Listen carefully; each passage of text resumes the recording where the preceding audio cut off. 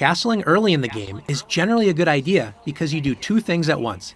You get your rook into the game, and you move your king toward the corner where he will be out of the way of most of the action in the center.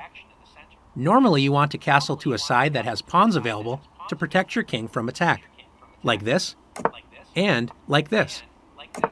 Oftentimes you will have 3 pawns sitting directly in front of your king in a perfect row. This can provide a safe place for the king. However, these pawns also create a wall that the king cannot move through.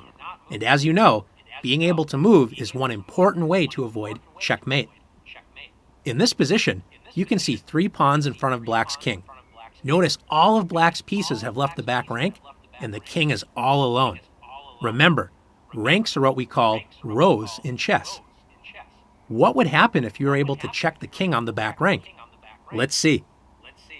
Rook to e8 delivers checkmate. Black's own pawns prevent the king from escaping the back rank. Let's look at this position again, but this time with a slight difference in the position. Do you notice the difference in this position? Black's pawn on h7 has moved to h6. This opens up a window for the black king in case white delivers a check on the back rank. Black escapes white's attack, and now it's white's turn to be cautious. If white tries to save a pawn with a4, a pawn may be saved, but the game will be lost. Notice white's back rank is completely unprotected. One of black's rooks can deliver a check. Let's say rook to d1, which forces rook e1. And now, after rook takes e1, it's checkmate. So how could white have avoided this back rank checkmate? Remember, the best way to avoid a back rank checkmate is to push a pawn in front of the king as a window for escape from the back rank. In this position, white could play h3, opening the h2 square for escape if black delivers a check on the back rank. Let's take a look at one more position. In this position, should white capture the pawn on b6?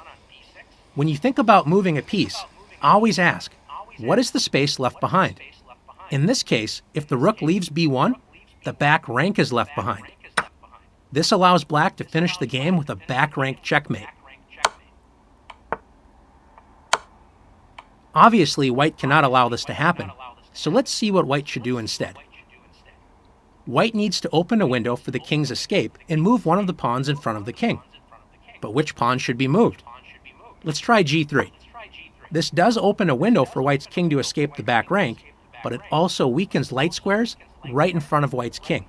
This allows black to play bishop to h3, preventing the white king from escaping the back rank.